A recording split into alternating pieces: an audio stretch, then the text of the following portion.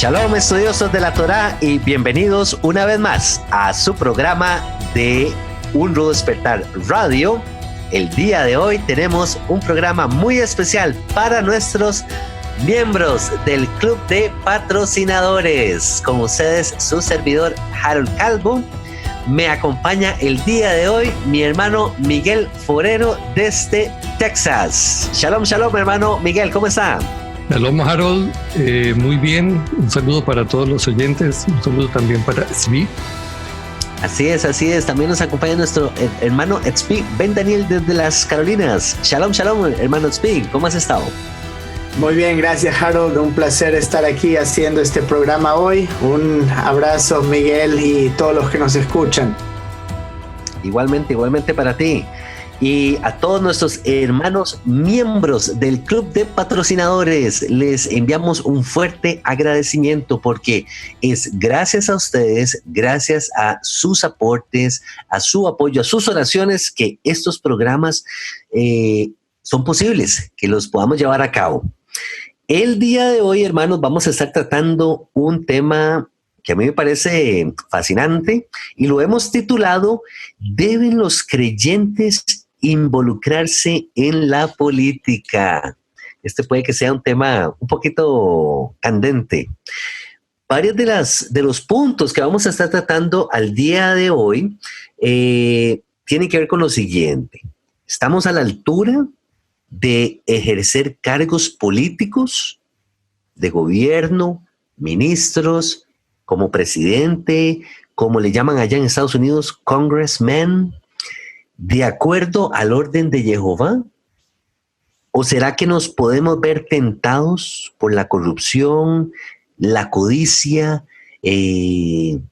tantas cosas que en el camino de la política pueden aparecer y más bien nos pueden sacar del camino recto?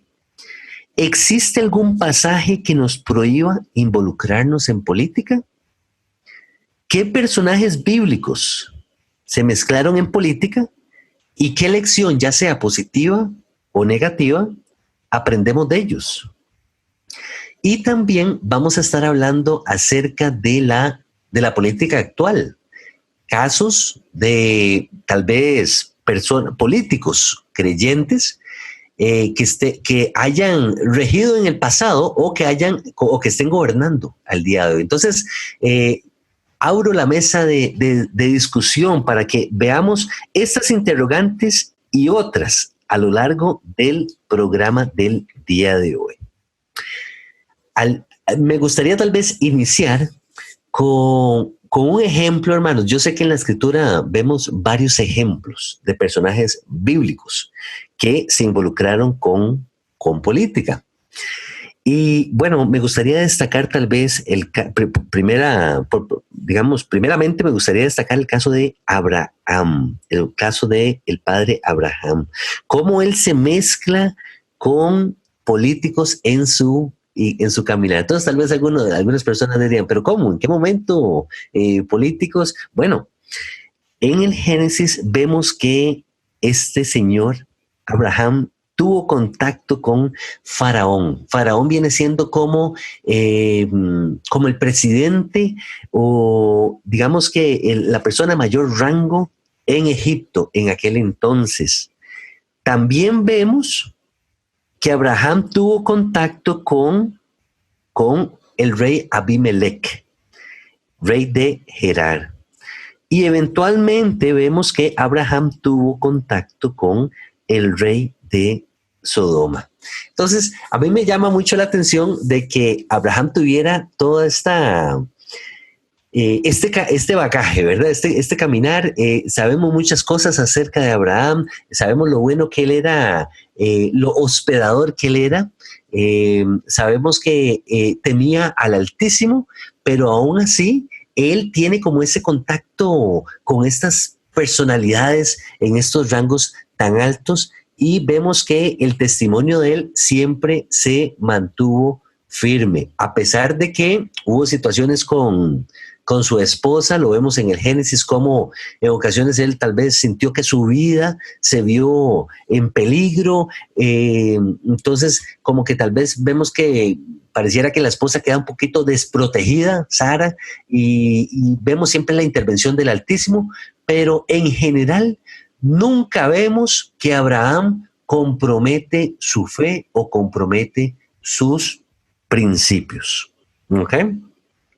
Ahora, me gustaría traer a colación aquí otro caso muy, muy interesante, a menos que ustedes, hermanos, quisieran compartir algún caso que no me vaya yo a adelantar en el registro bíblico, hermano Miguel o hermano Spin, que quisieran traer sobre la mesa, o si me lo permiten, continúo por acá con el caso de José, que en mi perspectiva, para mí es un caso muy positivo, un caso excelente de un hombre de Dios, de cómo el Padre lo fue llevando y lo fue colocando hasta llegar a ser segundo después de Faraón. Interesantemente, a mí me da la impresión que cuando leemos el texto bíblico, no pareciera ser que José como que se está postulando para esa posición dentro del reinado en Egipto, sino que, como dije anteriormente, el Padre, por las circunstancias de vida que él va llevando, lo va posicionando hasta ponerlo como mano derecha a la par de Faraón. Y bueno, el testimonio que nosotros vemos de parte de José es excepcional, porque incluso antes de él estar en poder, siempre se refirió al Padre poniéndolo de primero. ¿Recuerdan ustedes, hermanos, la razón por la que José es llevado delante de Faraón? El texto bíblico nos lo dice, porque José tenía la capacidad de descifrar los sueños. Pero antes de descifrar los sueños, él hace esta declaración y él dice, no es de parte mía que viene este don, este talento de descifrar sueños. Esto viene del Altísimo, esto viene del Dios de Israel. Y entonces el Padre lo honra y lo pone a la par de Faraón.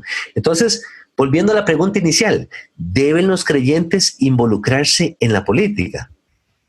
Bueno, yo les lanzo a ustedes esa pregunta, hermano Miguel y hermano Spey. Me gustaría escuchar sus opiniones. Sí, a mí me gustaría aclarar un poco la pregunta en sí, ¿cierto? Ampliarla. Porque, una cosa es la participación de una persona que es creyente y otro caso es la participación de una persona que, habiendo sido llamada al ministerio por el Padre para que ejerza hoy en día, digamos, ejerce el ministerio, quiera mezclar las dos cosas. Porque ahí yo veo una incompatibilidad de los dos propósitos. Nadie puede servir a dos señores al fin y al cabo. Entonces, en la experiencia que yo he tenido sirviendo en el ministerio, el tiempo escasamente es suficiente para hacer las cosas que tienen que ver con el servicio. Porque uno tiene que estudiar la palabra, estar orando, ministrando las necesidades de la gente, cuidando de la gente. Y cuando una persona que está en esta condición se involucra en política, ya sus objetivos y sus metas cambian sistemáticamente, entonces ya no puede estar en esto. Y más adelante les voy a compartir qué fue lo que sucedió en Colombia. Entonces, prácticamente creo que en aquella época a la que hace referencia Harold, cuando estaba solamente nuestro padre Abraham y aquellos otros personajes antiguos, digamos que ellos no, en cierto sentido, no habían recibido un llamado, como lo diríamos nosotros, a estar dedicados al ministerio, ¿cierto? Y como que apenas estaban perfilando todos esos asuntos de las tendencias políticas o de las preferencias que había. Y bueno, la persona estaba bajo una teocracia, digámoslo así, entonces era muy respetuoso que todos los reyes tenían sus dioses y sus teocracias en cierto sentido, y en eso no había discusión. El punto hoy en día es muy diferente, porque hemos evolucionado, entre comillas, al punto en que la gente reclama, como hoy se hace abiertamente, de que debe haber una separación total entre las cosas espirituales y la política. Entonces, cuando se sacan los principios espirituales de la política, se caen aberraciones y en abismos terribles, que es lo que estamos siendo testigos todos nosotros. Qué acertado esa observación, hermano Miguel, porque viene como apoyando esto que veníamos mencionando al principio, de cómo José, en el caso de José, él fue puesto en esa posición, no necesariamente buscando ser el segundo después de Faraón. Y claro, había todo un propósito de parte del padre de preservación de su pueblo, ¿verdad? De preservación del pueblo de Israel, porque José, estando en esta posición, no solamente salva a Egipto de la hambruna y al resto de naciones que llegan a eventualmente comprarle a Egipto, ¿cierto? Sino que también salva a los hijos de Jacob, a la descendencia de Israel, de no ser erradicados de la tierra a causa del hambre. Entonces ahí había como todo un propósito de parte del Altísimo para con José poder llevarlo a esta posición. En el caso del hermano Etzbi, me gustaría escuchar un poquito tu opinión con respecto a esta posición de ¿deben los creyentes involucrarse en la política? Por ahí el hermano Miguel tocó un tema interesante, el Estado y la religión, le llaman aquí en Costa Rica, acerca de la separación del Estado y la religión, que creo que va muy de la mano con este tema. Hermano Etzbi. A mí lo que me gusta analizar y plantear sería, primero, si es necesario un sistema político como lo conocemos hoy en día. Como Miguel venía dando el ejemplo, era el sistema de la Torá, así como en muchas culturas del Medio Oriente en ese tiempo, era un sistema teocrático. Entonces, la constitución de ese estado teocrático, en el caso de Israel, era la Torá. No había ningún rey, juez o gobernante que tenía la potestad de cambiar o incluso amendar esta constitución que era la Torá. Pero sin embargo, hubo un sistema legislativo que fue establecido por Moshe, o tal vez incluso antes. Puede ser, como hablamos en el tema de las leyes noágidas, en el judaísmo rabínico, dice que Noé estableció una de esas leyes que era que haya un poder legislativo, por así decirlo. Entonces, a través de este poder legislativo, la Constitución, que era la Torá o esa ley natural de la que hablamos, Harold, que hay cosas que se pueden hacer que son malas para otros hombres, entonces esas cosas serían juzgadas. Entonces, hay muchísimos casos, y tengo acá, podamos desarrollar a lo largo del programa, pero dice, por ejemplo, un ejemplo, Deuteronomio 25:1, si hubiere pleito entre algunos y acudieren al tribunal para que los jueces los juzguen, estos absolverán al justo y condenarán al culpable. Esta es una idea que Moshe primero es interesante porque él es criticado. Si recuerdan, cuando él mata al egipcio, viene uno y le reclama y dice, ¿quién te crees que eres? ¿Quién te puso por juez sobre nosotros? Bueno, la próxima vez que chequeas, Moshe está juzgando al pueblo desde que se levanta hasta que se va a dormir, por medio de una ley que es la Torá, y posteriormente su querido suegro, Yetro, es que le dice, es una locura lo que estás haciendo, tienes que establecer otros jueces como juzgados menores, y hablamos esto con respecto históricamente al Sanedrín, que estaba el Sanedrín grande y había Sanedrín pequeños en distintas ciudades. Entonces este sistema de juzgado es, como yo veo, necesario, que tal vez difiere bastante a los sistemas políticos que tenemos hoy, que hay muchísimos más cargos y burocracia y gente que recibe jubilaciones y retirándose a los 40 años. Con pensiones multimillonarias, ¿verdad? Y sí, acomodando las leyes para que todo salga en favor de ellos y tal vez incluso desprotegiendo al pobre y al necesitado, que viene siendo el pueblo al final, ¿verdad? Entonces, muy interesante esa perspectiva también, Manuel Spin. Y qué interesante cómo en la misma Torá nos mencionas acerca de un orden jerárquico establecido por Moisés, obviamente que viene con la sabiduría del padre. Hasta cierto punto podríamos decir que el padre utiliza a Jetro para poder también saber guiar a Moisés y decirle: te vas a volver loco, no vas a poder aguantar, necesitas entonces establecer 70 ancianos y luego también hacer como grupitos más pequeños, de manera que no seas tú el que tenga que juzgar y tomar todas las decisiones de todo este pueblo, sino que vaya a haber como una serie de filtros antes de eso. Entonces, sí, y Harold, perdón, sí. Miguel, lo dejo, que quería decir algo al respecto de esto. Sí, estaba mirando casualmente una definición que hay de política, porque es bien interesante ver cómo la define la gente, ¿cierto? Es una forma ideológica que centra el poder en un grupo de personas que lideran y velan por las garantías de una población. Entonces, se supone que el propósito de la política es ese, velar por las garantías de la población. Pero cuando estas parámetros se divorcian de la Torá, de la ley que Dios ha establecido como creador, resultan cosas distorsionadas, que es lo que estamos comentando. Y entonces se vuelve las preferencias, la injusticia, y se desarrollan una cantidad más de cosas que no se ajustan a lo que es la verdad. Y yo sí, adelante, hermano. Me gustaría postular algo, Harold,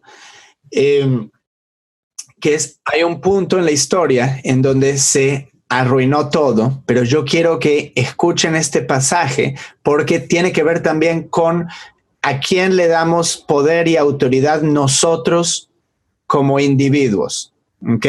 Entonces, a tener eso en mente. Este es un punto en la historia en donde se arruinó todo para Israel, pero eso continúa en los sistemas políticos de hoy en día. Y esto sucedió hace más de 3,000 años, en los tiempos de Samuel, cuando él envejeció y puso a sus propios hijos como jueces sobre Israel. Entonces él tenía 2 hijos, pero los hijos no eran justos como él era. Entonces vinieron los ancianos a Samuel y le dijeron: ahora tú has envejecido y tus hijos no andan en tus caminos, por lo tanto, ahora constitúyenos un rey para que juzgue, como tienen todas las naciones. Y esto no agradó a Samuel, y Samuel oró a Jehová. Y dijo Jehová a Shmuel: oye la voz del pueblo en todo lo que te digan, porque no te han desechado a ti, sino a mí me han desechado para que no reines sobre ellos. Conforme a todas las obras que han hecho desde el día que los saqué de Egipto hasta hoy, dejándome a mí sirviendo a dioses ajenos, así hacen también contigo. Ahora pues, oye su voz, mas protesta solamente contra ellos y muéstrales cómo los tratará el rey que reinará sobre ellos. Entonces Shmuel le llevó la palabra al pueblo y fíjate lo que le dijo. Dice: así va a ser el rey que reinará sobre vosotros. Tomará vuestros hijos y los pondrá en sus carros y en su gente de a caballo para que corran delante de su carro. Y nombrará para sí jefes de 1000, jefes de 50, los pondrá a sí mismo a que aren sus campos y sieguen sus mieses y a que hagan sus armas de guerra y los pertrechos de sus carros. Tomarán vuestras hijas para que sean perfumadoras, cocineras y amasadoras. Asimismo, tomará lo mejor de vuestras tierras, de vuestras viñas y de vuestros olivares y les dará a sus siervos. Diezmará vuestro grano. Bueno, todo lo que está hablando básicamente que son los impuestos, impuesto de propiedad, impuesto a las ganancias, impuesto de venta, al valor agregado, todo eso, tomar todos estos oficios para que el gobierno funcione, porque ahora necesitas, es una bestia el gobierno, necesitas llenar todos estos puestos y ahora todo el pueblo tiene que ir a trabajar para que ese gobierno pueda funcionar. Entonces, el sistema de la Torá es muy bueno. A mí me gusta mucho el sistema, la corriente política libertaria. ¿Okay? No es en Estados Unidos, hay demócratas y republicanos. No es ninguno de esos dos. ¿Okay? Siempre está la derecha y la izquierda. No es ninguno de esos dos.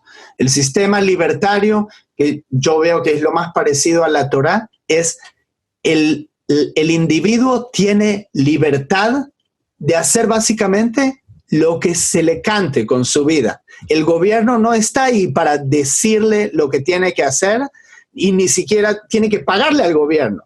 El gobierno está solamente para ayudar, para servir, como dijo Miguel, la definición de política, y para regular ciertas cosas como el juzgado y la legislatura, que se necesita porque hay cosas que van a suceder a medida que la sociedad crece.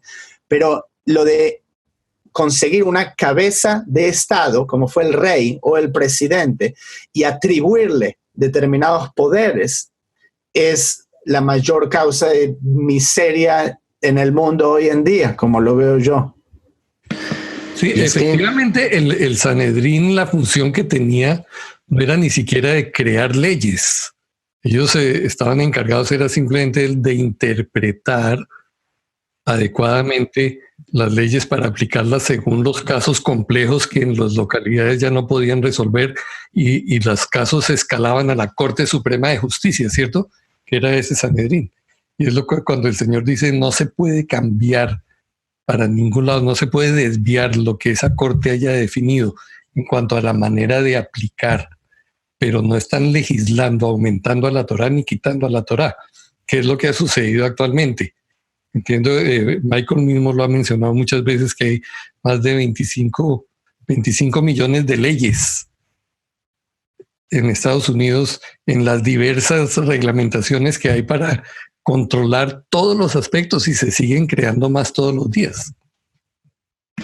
Así es, así es.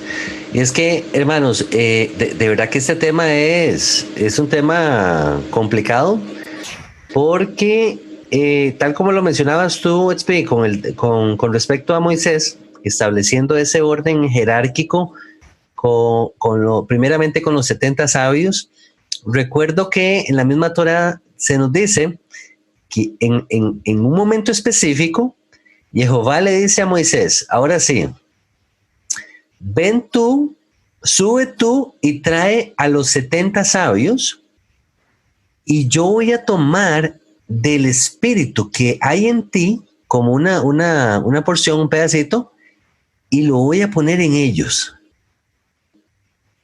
Mira, tú me pones ese panorama y yo digo, no, fantástico. O sea, nos estamos asegurando de tener gente íntegra, gente recta que va a estar gobernándonos propiamente, ¿verdad? Que era como... Sí, adelante.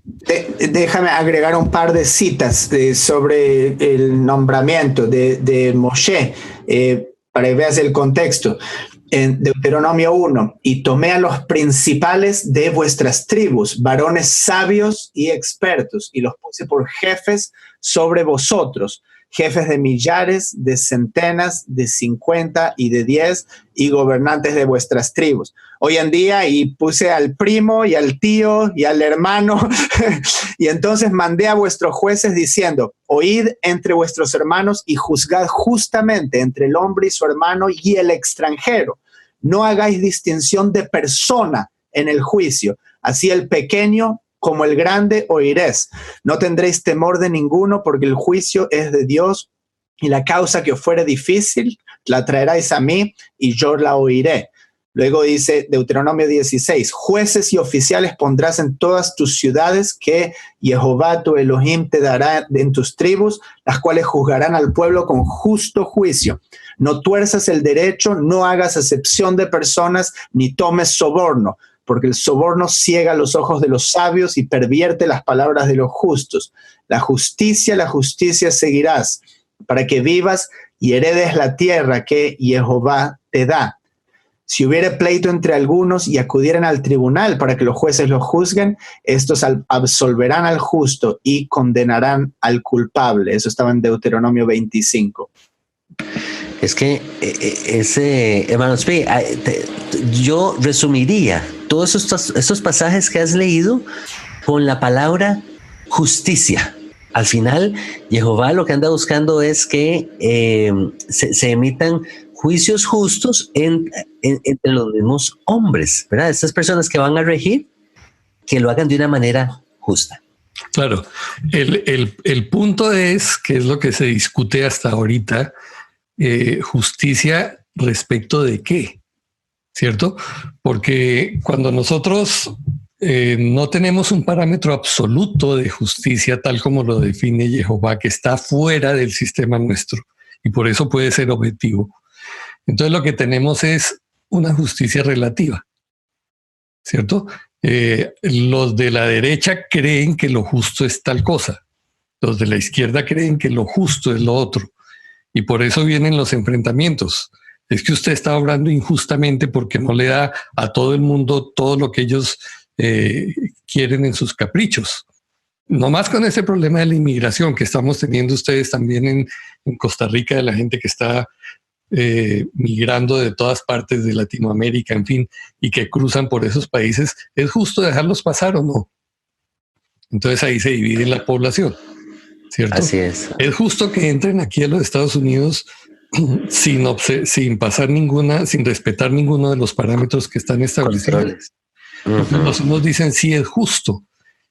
Incluso hay un movimiento que habla de los derechos de los ilegales. Entonces uno dice, bueno, pero ¿cómo así? Esto es una contradicción, porque ¿cuáles leyes?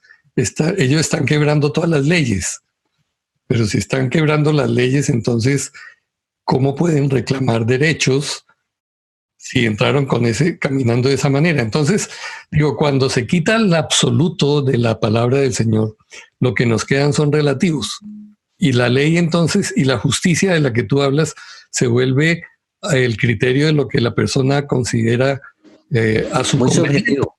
Muy subjetivo, sí. Nuevamente, este tema no es fácil, es un tema complejo, al punto que las descripciones que yo noto en hombres, en hombres en la escritura que se mezclaron en política y que al final terminaron dando un buen testimonio. Mira el caso de José, que lo veníamos mencionando. Mira cómo Faraón describe a este hombre José, ya perfilándolo sin que José sepa, para ser el número 2 en Egipto. Le llama varón prudente y sabio. También se refiere a él diciéndole: ¿acaso hallaremos a otro hombre como este en quien esté el espíritu del Altísimo? No hay entendido ni sabio como José. Y dice que José fue puesto sobre toda la tierra de Egipto después de Faraón, teniendo 30 años. Entonces, ¿a qué quiero llegar con esto? Es delicado, hermanos, el tema de que si los creyentes deben involucrarse en la política o no. Yo pensaría que sí. Aquí el asunto, el tema a tratar es el perfil que lleva a esa persona para involucrarse en la política. Tiene la madera que se requiere para mantenerse firme, para no comprometer sus principios, sus valores. Todo el tema de corrupción que nos hablaba el hermano Miguel y el mismo hermano XP, que yo lo veo muy, muy representado en el caso de Daniel y sus amigos. La corrupción estuvo a las manos de ellos. Se los pongo de esta manera. Ellos fueron hallados, dice, 10 veces mejores que el resto de los hombres, y ellos fueron colocados como príncipes en provincias. Ellos tuvieron esos cargos políticos. Pero Sí, sí, dime, hermano Speak.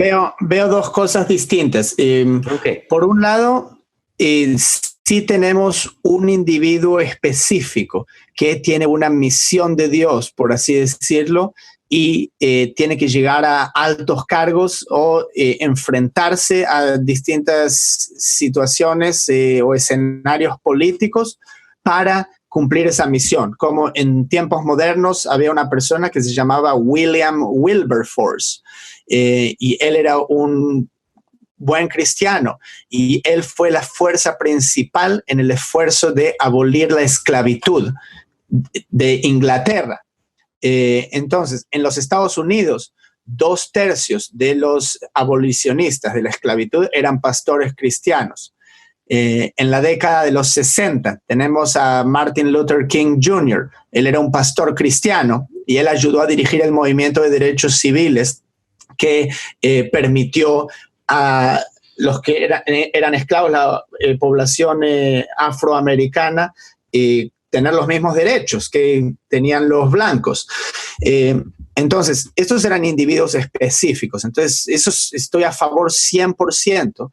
Ahora, por el otro lado, lo que veo es, ¿qué me dices sobre un individuo común y corriente? Yo no tengo ninguna misión de Dios como el Che Guevara o quien sea para ir a liberar una nación o cambiar algo. O sea, no que individualmente no se puede también contribuir como por ciertas causas como sería abolir el aborto o cosas así, que se necesita que la gente cree esa conciencia comunitaria.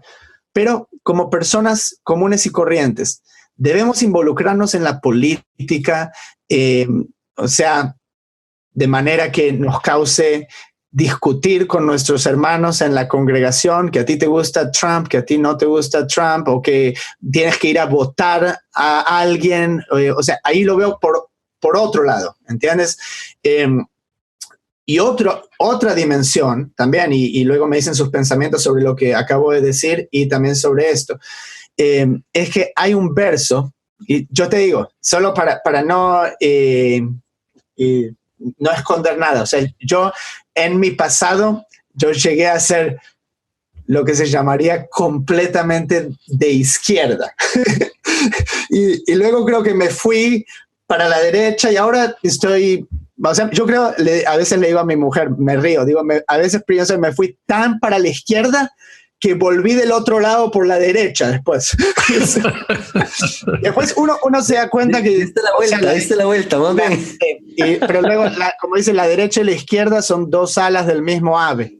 Y en realidad no hay ningún ave y cada uno tiene su libertad que le dio Dios, como empieza la Constitución de los Estados Unidos, que nunca lo hubiese citado en mi vida de izquierdista en Argentina, pero la Constitución de Estados Unidos comienza diciendo la declaración de los the Bill of Rights, no me sale en español, pero dice que cada ser humano fue creado en la imagen de Dios y tiene ciertas libertades inalienables que nadie le puede quitar, entre las que se encuentran simplemente perseguir la felicidad, que es...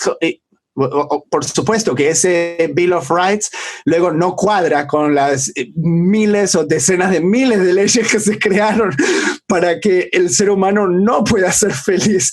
Y ahora si uno intenta perseguir esa felicidad, lo más probable es que termine detenido.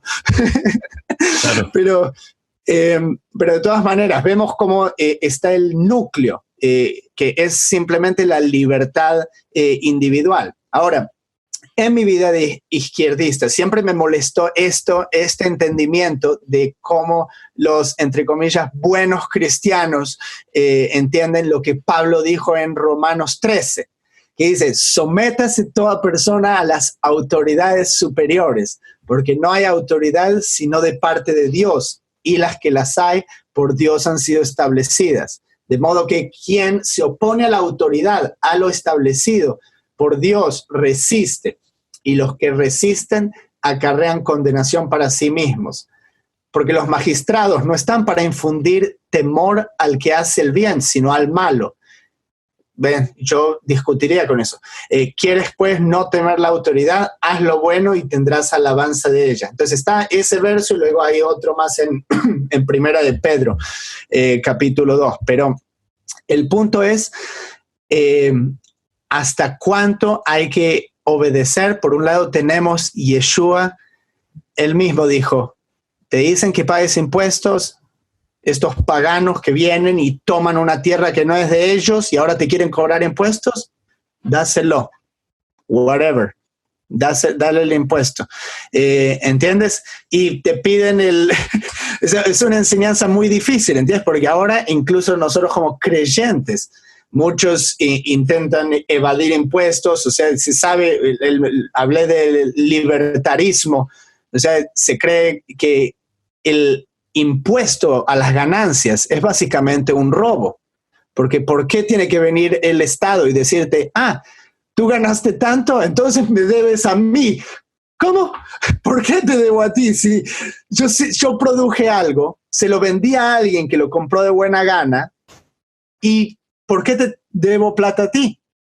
Pero entonces está ese conflicto que me gustaría que me digan cómo lo ven ustedes.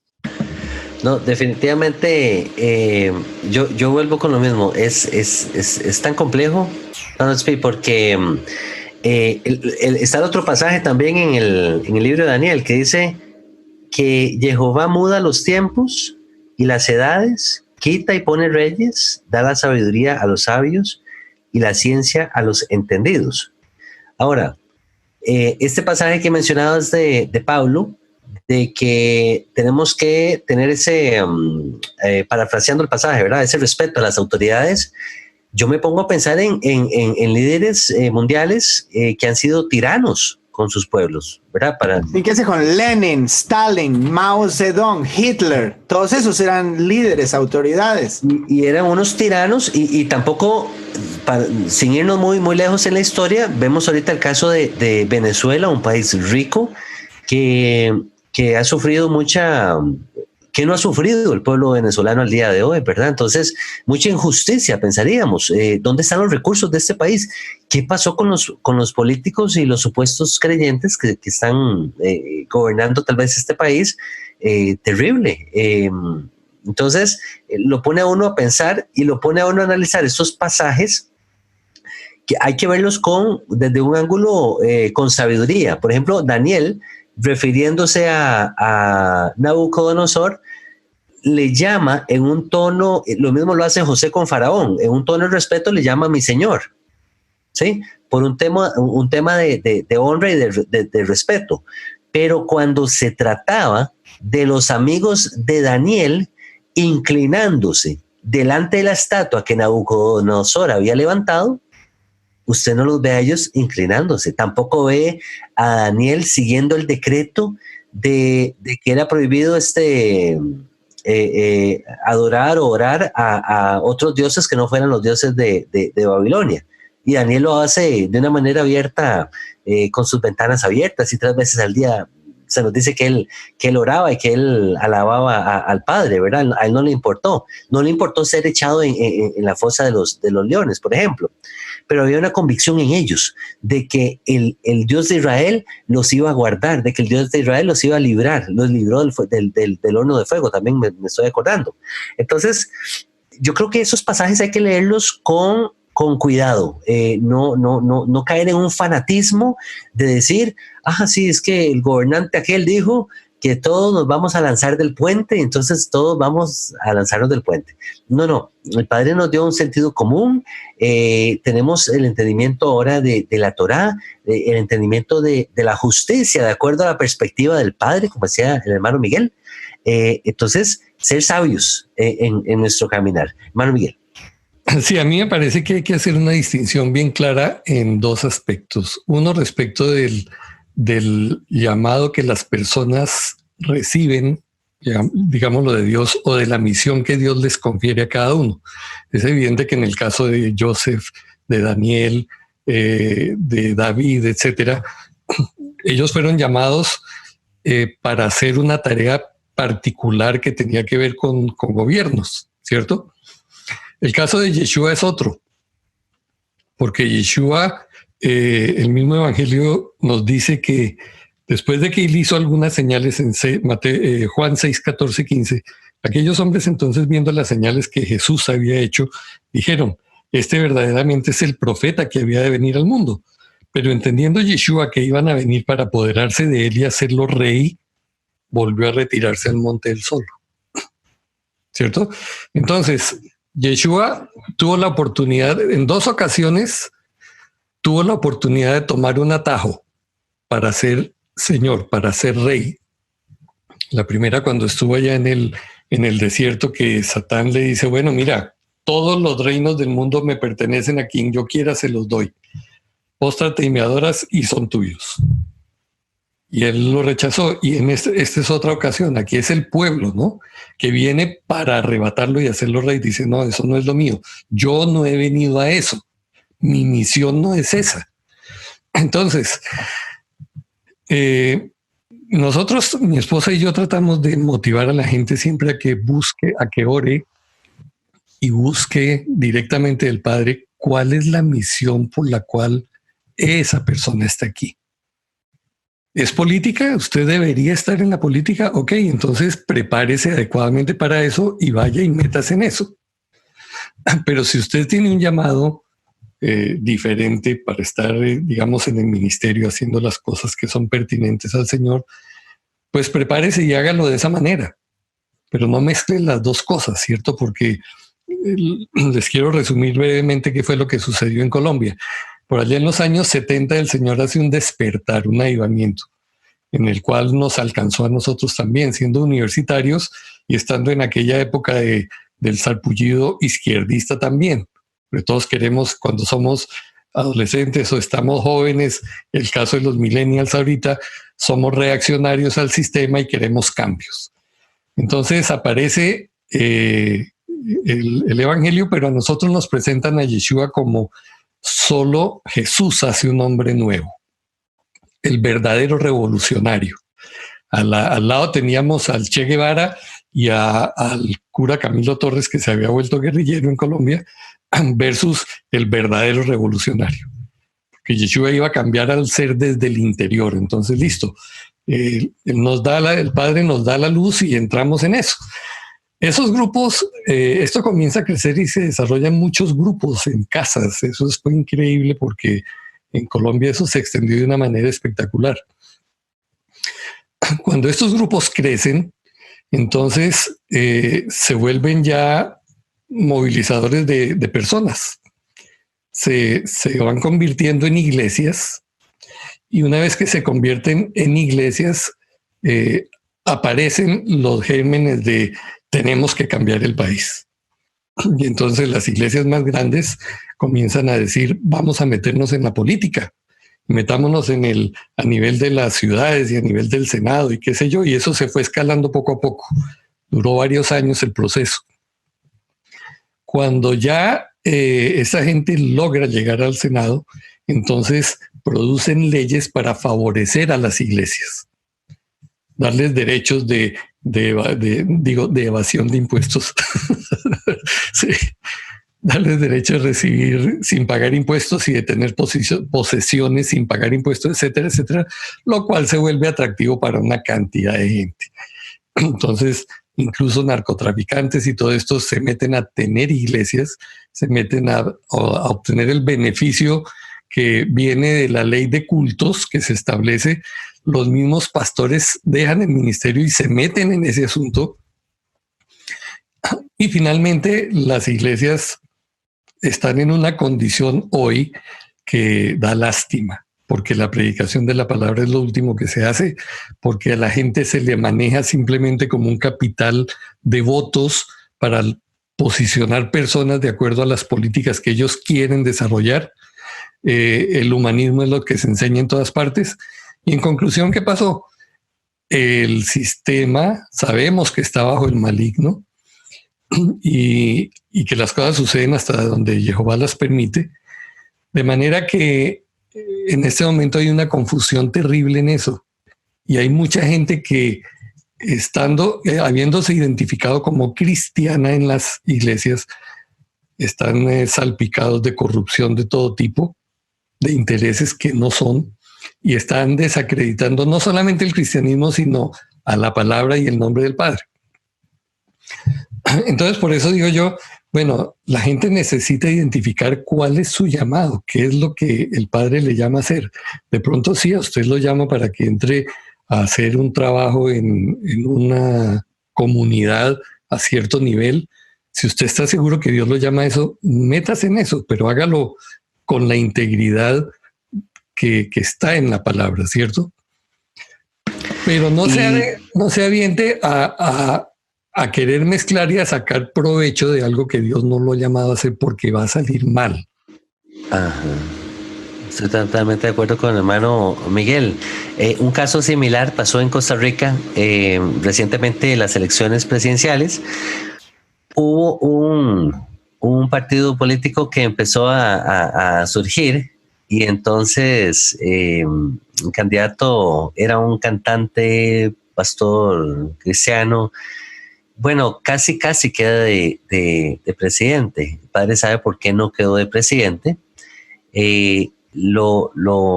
Digamos que la parte fea de esta historia es que después de las elecciones, él no ganó, pero empezaron a sacar un montón de historial manchado de los mismos miembros de ese partido político cristiano, ¿verdad? Entonces, como dice usted, hermano Miguel, la fama y el prestigio, todo, Dios queda mal, la iglesia cristiana queda mal, los creyentes mal testimonio, más bien la gente se lamenta, los gobernantes que quedaron de parte de los diputados que quedaron de parte de este partido no son como los más preparados.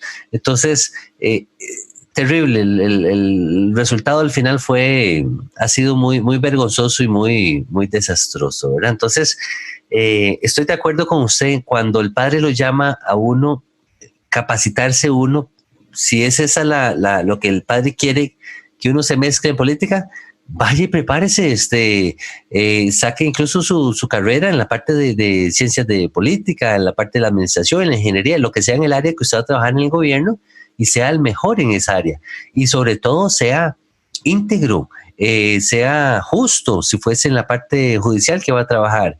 No es posible que creyentes lleguen a estas posiciones y más bien sea para aprovecharse del sistema y para enriquecerse ellos mismos, como el caso que también sucedió en Costa Rica. Pastores cristianos se mezclaron con, yo creo, mucho como que lo heredamos o lo copiamos de nuestros hermanos allá en Colombia, como estos modelos.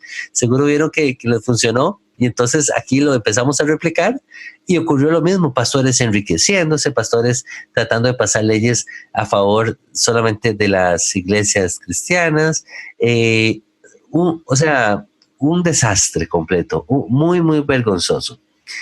El principio, quería rescatar aquí algo, un principio del reino o otro principio del reino que Yeshua nos enseña con respecto al gobierno es el siguiente. Se los voy a leer. Esto está en Mateo 20, 25, 28.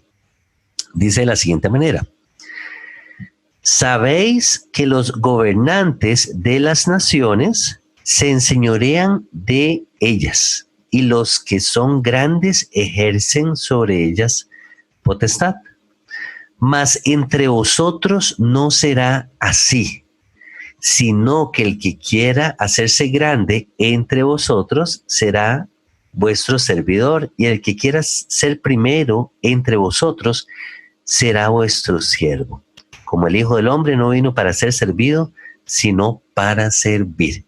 Y usted lo dijo muy bien ahora, hermano Miguel, la misión de Yeshua, él sabía que su propósito primeramente no era venir a ser rey, ni venir a hacer política, ni venir a quitar a nadie de su rol de política que está ejerciendo en ese momento. Los discípulos le preguntan en el libro de Hechos: maestro, ¿vas a restablecer el reino de Israel? No, ustedes no han entendido, y todavía no es para ustedes saber los tiempos. Eso va a ocurrir eventualmente. Por ahí Daniel también nos menciona una profecía que él dice, el Dios del cielo levantará un reino que no será jamás destruido, permanecerá para siempre. Cuando él está dando interpretando el sueño de Faraón acerca de aquella estatua la cual comprendía diferentes reinos en la historia. Entonces él dice que Jehová va a levantar un reino que jamás va a ser destruido. Esto ya al final de los tiempos, ¿verdad? En Apocalipsis vemos un dato interesante. Se nos dice que, lo leo rápidamente porque el tiempo avanza, dice, eso es en Apocalipsis 20, bienaventurado y santo el que tiene parte en la primera resurrección. La segunda muerte no tiene potestad sobre estos, sino que serán sacerdotes de Dios y del Mesías y reinarán o gobernarán con él 1000 años. Entonces, yo lo que veo aquí con Daniel y con Juan, cuando está relatando el Apocalipsis, es que hay un tiempo para todo. Yo creo que nos tenemos que preparar. Este es un tiempo de preparación. Ahorita, los reinos del mundo son los que ejercen. Sabemos que el adversario es el príncipe de este mundo y que él se le fueron dados los reinos de este mundo. No es el tiempo ahorita de que el reino de los cielos venga y tome por encima de todos esos reinos. Va a llegar el momento en que eso va a ocurrir, y cuando ese momento llegue, entonces debemos nosotros estar preparados para poder gobernar juntamente con Yeshua en ese tiempo del milenio. ¿De una manera cómo?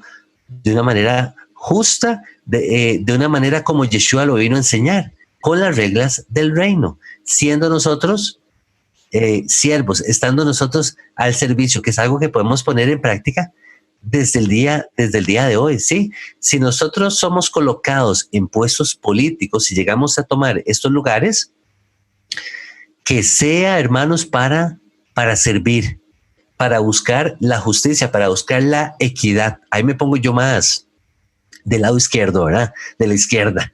Buscar esa equidad para el pueblo, no solamente el beneficio para los ricos, no. ¿Qué pasó con la viuda? ¿Qué pasó con el huérfano? ¿Qué pasó con el que tiene hambre? ¿Ok? Entonces, de esa manera es como yo lo voy perfilando, más o menos. A mí me gusta mucho un verso en Jeremías que me crucé ayer, cuando el pueblo judío estaba siendo llevado a la cautividad en Babilonia. Y obviamente el pueblo no iba a querer someterse a un rey pagano, no solo que es otra ley, sino que también los están llevando cautivos de su propia tierra, desarraigarlos después de una guerra y sedición.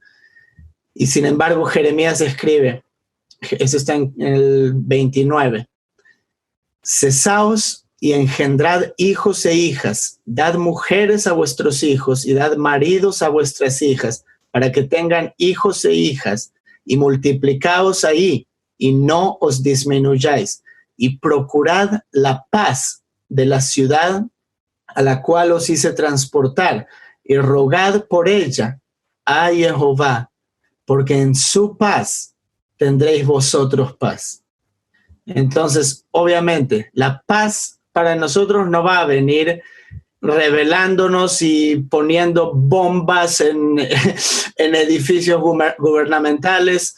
Va a haber paz cuando haya paz en el gobierno de la ciudad en donde estamos. Y Jeremías ve eso como una prioridad, al menos en esa época.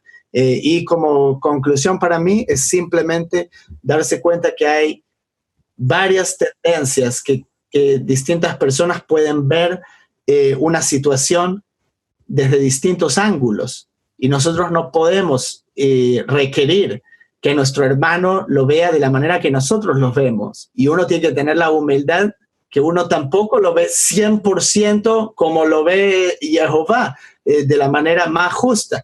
Entonces, hay una tendencia en el cristianismo tradicional que se tira al lado derecho, el ala derecha conservadora, pero hay cristianos también que lo ven de otra manera, más del lado izquierdo, y está perfecto. Y de hecho, la corriente más del lado izquierdo ven a las comunidades de nazarenos, los seguidores del camino, discípulos de Yeshua, viviendo en comunidad, como algo completamente de izquierda, algo como un cristianismo socialista, cristianismo comunista. Con equidad. Entonces, luego hay otras corrientes, hablé del libertarismo, y hay hasta cristianos anarquistas, que significa, y de hecho interesante porque toman como obra magna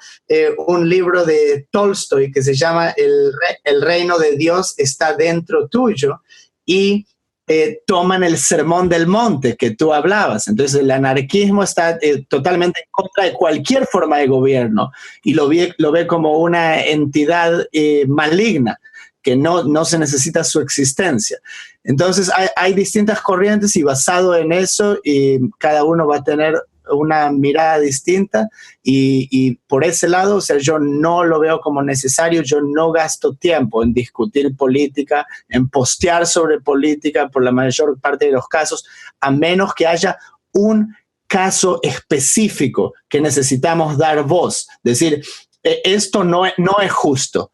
Esto hay que tomarlo en cuenta, hay que mostrar algo malo que se está haciendo. O sea, pero eso no es meterse en política, eso es, ¿cómo se dice? Justicia social. Exacto. Justicia social. Defender al que no puede defenderse, por ejemplo. Así es. Sí, bueno, yo creo que a manera de conclusión, tenemos que entender, o necesitamos entender, que nosotros que hemos sido admitidos en el reino del Padre, somos como una avanzada de lo que será el reino en este mundo. Si quiere, llamémonos espías, ¿cierto? Somos una avanzada en el sentido de que nosotros estamos deliberadamente viviendo bajo los parámetros que el Padre estableció. Y eso debe mostrar o exhibir un estilo de vida totalmente diferente en términos de prioridades, de comportamiento, de reacciones, de carácter, de servicio, de generosidad, de todo eso. No porque lo dice mi denominación, o porque me lo dice el pastor, o porque lo dice el partido político, sino porque esta es la Torá de Jehová, ¿cierto? Y yo creo que el Padre ha permitido que nosotros estemos en este momento desarrollando esa responsabilidad, llevándola a cabo para que otras personas que vean esa luz, de eso fue lo que habló Yeshua, ustedes son la luz, luminarias en medio de un mundo en tinieblas, al menos se pregunten y se cuestionen y consideren que hay otra opción. Pero pensar que nosotros vamos a lograr cambiar este sistema, yo personalmente creo que no estamos llamados a eso, porque lo que dice la Escritura es que esto va a ser destruido para poder establecer un sistema nuevo, realmente un nuevo orden mundial establecido por el gobierno de Yeshua, que regirá con vara de hierro a las naciones. La gente muchas veces piensa que, no, chévere, cuando venga el milenio todo va a ser color de rosa y entonces el león pasta con el cordero y el niño juega con el aspi y qué sé yo.